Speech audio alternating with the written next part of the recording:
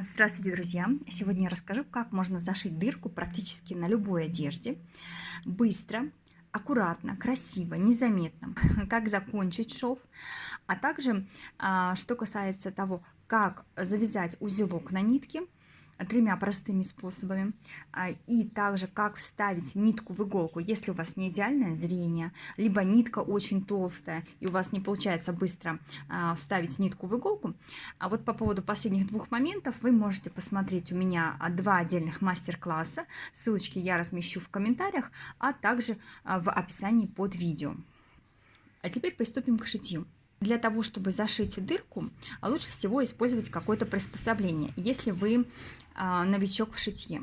Также можно использовать просто собственную руку и растянуть вот дырку вот таким образом. Но я буду использовать в данном случае обычную чашку. Самое главное, чтобы дырка очень хорошо вот так вот распределилась, растянулась. Вот еще одна дырка на этом же носке. Она чуть поменьше.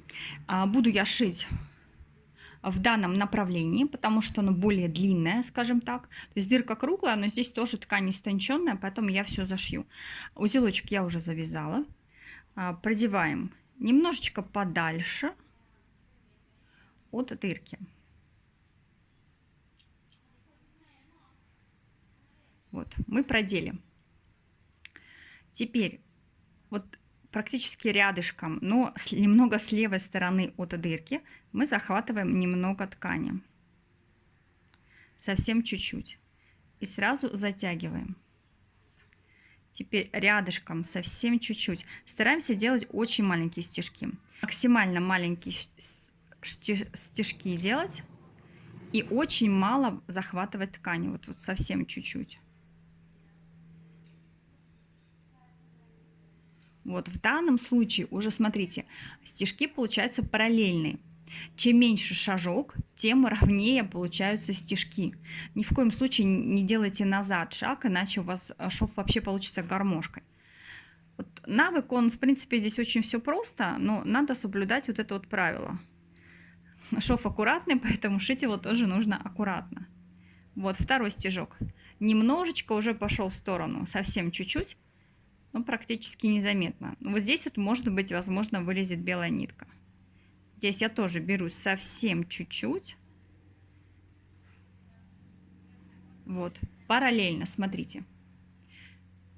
По идее, с самого начала нужно было это затянуть. Ну вот, видите, шва вообще не видно. Сейчас я тоже еще немножко пройдусь, чтобы вы видели белые нитки, а потом их затяну. Но затягивать лучше всего вот сразу. Вот немного, параллельно. Здесь совсем чуть-чуть.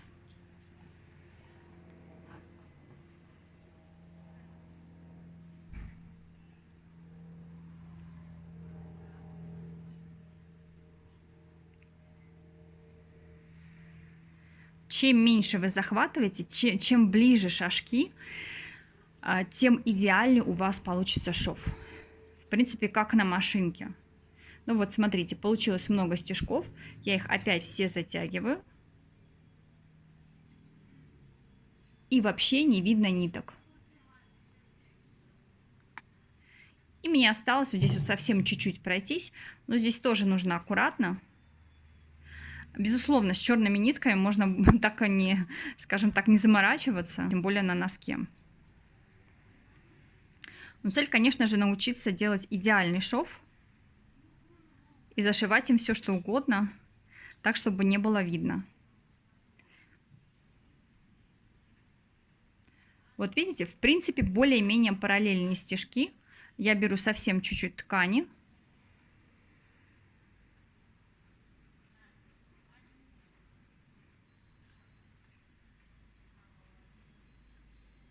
И вот сейчас потихонечку соединяю уже края, чтобы они сошлись в одну точку. Вот затягиваем еще вот эту часть шва. В принципе, все. Теперь нам нужно выйти на изнаночную сторону и завязать узелок. Кстати, если у вас в процессе шитья вдруг закончилась нитка, у вас дырка длинная, вытянутая, и в принципе вот таким швом можно ее спокойно зашить, даже если она там метр длиной. Там, допустим, распоролась подушка, либо распоролся шов на куртке, либо на каких-то штанах. То есть этим швом можно спокойно все зашить. Это, в принципе, получается как на машинке, ну, вы делаете вручную. То тогда спокойненько, вот у вас нитка заканчивается, дырка еще есть, вы вот в том месте, где вы остановились, прокалываете прям рядышком, где последний раз нитка выходила. Рядышком прям прокалываете практически в одну точку. И заканчиваете шов. А потом вы шьете заново уже с того места, где вы последний раз закончили. Затягиваем, выходим на изнаночную сторону. Вывожу нитку, чтобы вам было видно. Вот, посмотрите, вообще не видно. Вот оно тянет, нитку тяну я. Вот оно здесь вот шовчик. Вообще не видно. Ну, это немного кропотливая работа. Если вы зашиваете носки, можно так не заморачиваться. Если это лицевая сторона блузки, либо какой-то рубашки красивой, и вам нужно аккуратненько зашить, чтобы не было видно, то, конечно, стоит вот так вот позаморачиваться и делать маленькие стежки. И на обратной стороне, ну вот посмотрите, настолько идеально зашито, что даже не видно вот это вот гармошки. И, естественно, в таком случае вам ничего никогда натирать здесь не будет. Ну, вообще просто шва, он даже не чувствуется. Посмотрите, вот здесь вот я начала, здесь закончила. Это изнанка. Вообще не видно ни снаружи, ни изнутри. То есть нитка, она проходит как бы в толще ткани, получается. Но чтобы этого достичь, нужно, конечно же, делать очень маленькие шажки и совсем чуть-чуть захватывать ткани и стараться, чтобы нитка всегда вот в процессе шитья была параллельно друг дружке.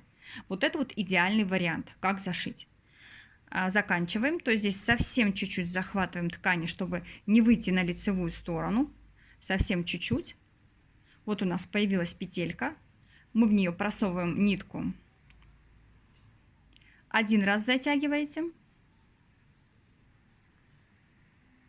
И потом в том же самом месте прокалываете носок. Опять еще раз делаете такую петельку. И еще раз проходите внутрь нее иголкой и плавно затягиваете. И таким образом мы закрепляем шов. Если вы сделаете всего лишь один раз, то шов распустится. Обязательно нужно дважды. Еще раз смотрим на лицо. Вот я держу здесь шов, выворачиваю. Вообще ничего не видно. Я даже не могу его найти. Так, вот он. Вот этот шов. Даже немножко раздвину ткань, чтобы вам было видно.